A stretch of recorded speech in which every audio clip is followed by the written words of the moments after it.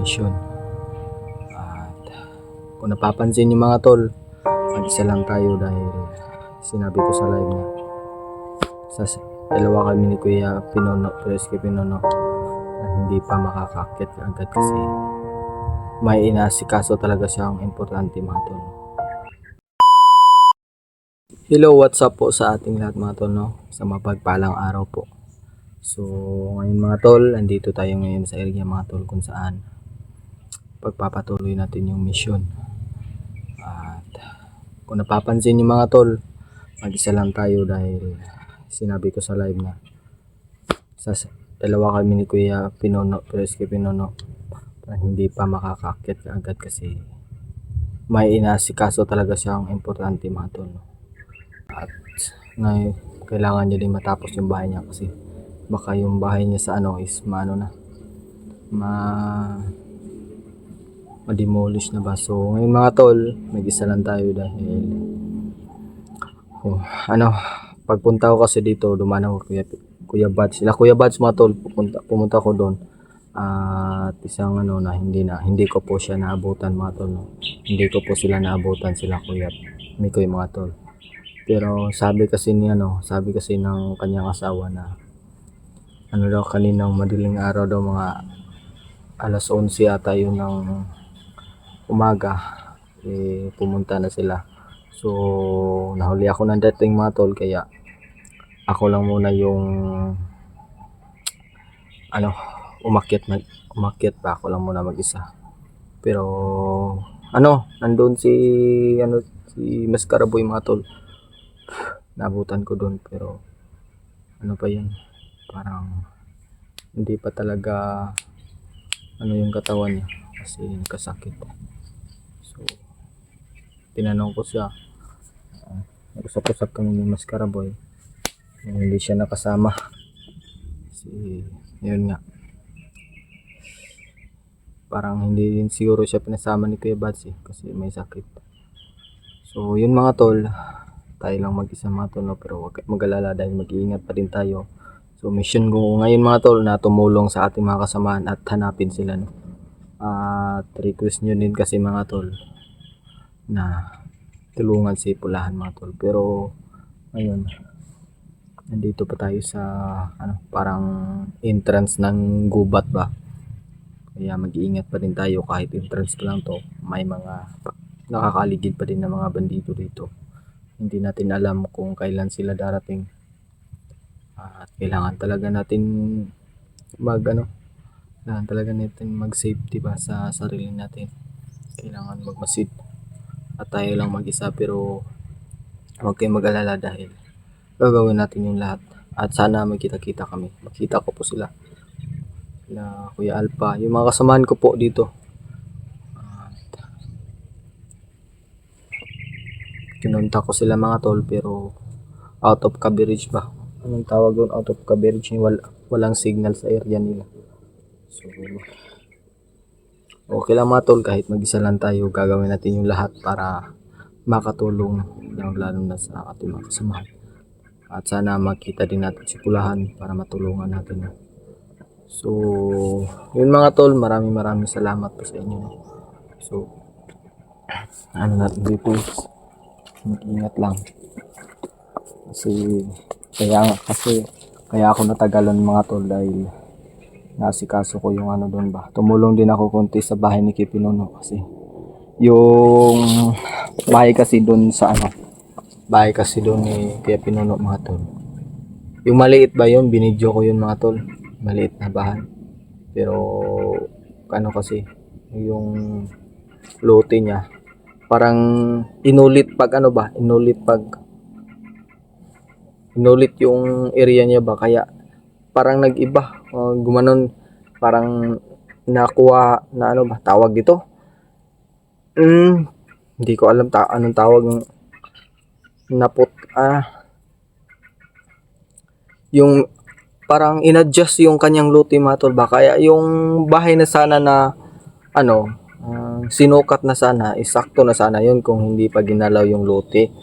Kaso nag-iba, parang inadjust yung lote, nilabas yung niyog sa lote ni Kuya Pinono. Kaya ayun, hindi na makasya yung bahay na maliit namin kasi yun yung purpose pero parang masisira din yung maliit na bahay kasi sisirain din yun kasi hindi kasya ng mga tol, no? Parang in-adjust, mahirapan na kami doon mga tol. So kahapon tumulong ako, binuhat namin yun, kaso hindi lang ako nakapag-video kaya medyo natagalan ako pagpunta dito, no? So pasensya na po mga tol, hindi natin nabutan sila Kuya Buds, pero wag kayong mag-alala dahil tutulong pa rin ako, no, para sa ating kasamahan, lalo na sila Kuya Mikoy, sila AG, sila Kuya Raymart at sila Kuya Alpha, at lalo na kay Kuya Buds mga tol. Tutulong tayo kahit mag-isa tayo, gagawin natin yung lahat, at isa pa mag-iingat tayo, no, kasi alam natin na tayo lang mag-isa, hindi basta-basta yung hindi natin alam kung sino yung mga encounter natin dito. Klase-klase yung may encounter natin dito mga tol, no? So dapat mag-ingat lang tayo. So sana mabutan ko pa sila mga tol, no? Sila Kuya Buds or sila Kuya Mikoy mga tol.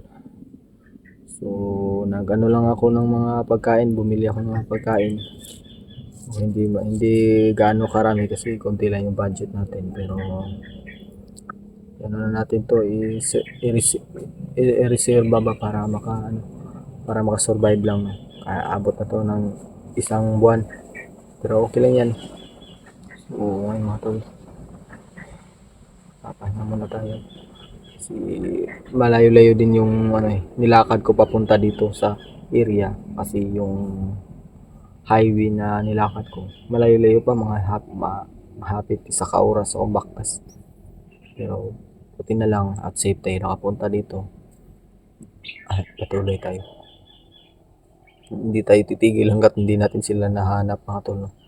Para din makatulong tayo mga tol. Hindi ko alam si Kemi ko yung mga tol, okay na siguro yun kasi pag contact ko kanina wala na, hindi ko na siya makontak, kaya nagmamadali ako papunta sa dinaanan ko sila Kuya Buds doon, baka doon pa din si Kemi ko, pero wala na din sa kanyang boarding house, wala. So wala tayong magagawa, no?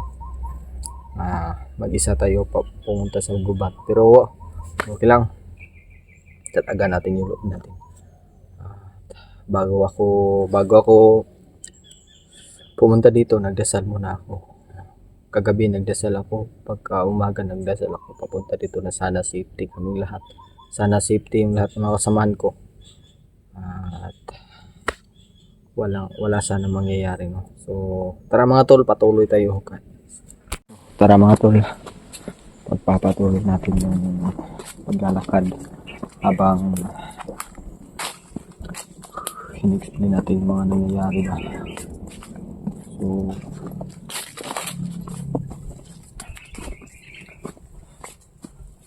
sana may mga kita tayo nitong mga kalaban at pwede natin maging spy ba.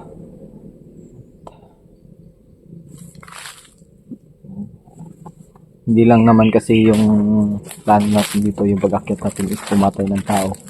Plano natin dito is maghanap ng mga taong gustong magbago, dahil alam natin na hindi sila makalabas dito kaagad kasi kontrolado sila ng mga takot din sila na umalis kasi yung pamilya nila delikado, kaya mas minabuti nilang sumunod na lang. Parang mga talaga yun, may mga tunog pa ng mga sasakyan kasi hindi pa tayo masyado nakalayo sa sa area. So ito pa lang tayo mga tol, pero mag-iingat na tayo mga tol kasi hindi pa basa-basa yung area dito. So sana po at safety po tayo mga tol, no?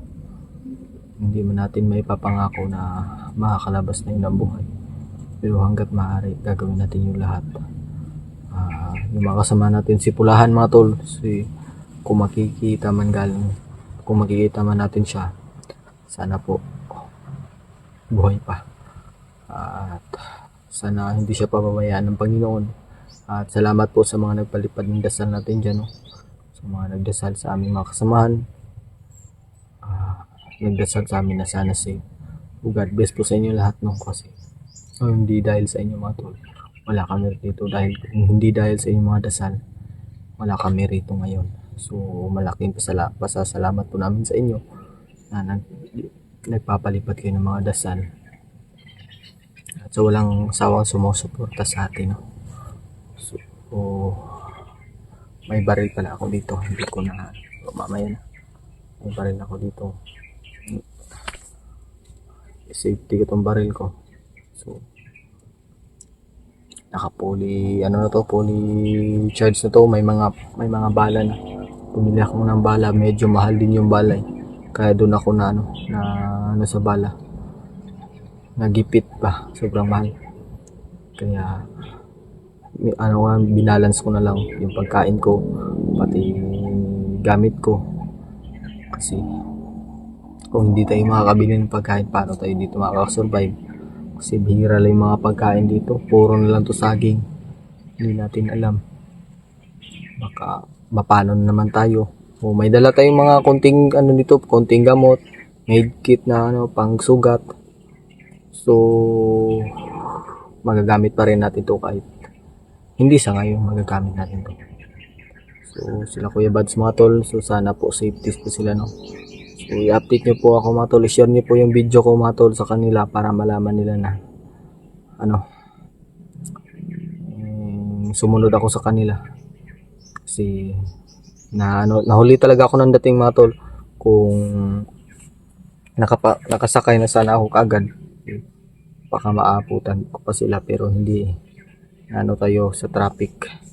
Kasi malayo-layo din yung area na pupuntahan pa eh. So medyo malayo din sa bahay ni Pipino. Sobrang layo mga tol. So nag-board na nga lang ako para pagbababa ako may mauwian ako mga tol no? So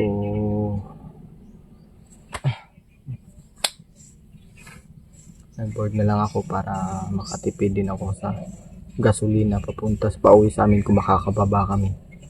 So, kahit medyo mahal-mahal yung ng boarding house ko, pero okay na yun. At least may mauwian ako pa pagbababa ko, or may pwede skip Mikoy doon matulog minsan. Yun yung lang kami palit-palit, kasi mas importante kasi yung may uwian tayo mga tol. So sana po safety po tayo mga tol no? Salamat po sa lahat to. Tara mga tol, patuloy tayo. Puro na lang tayo dito, may layo pa yung area.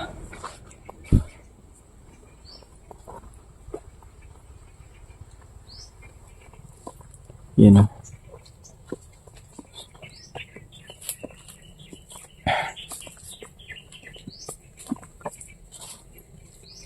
So sa mga nangangailangan ng tulong na kasama namin basa na ligtas namin sila.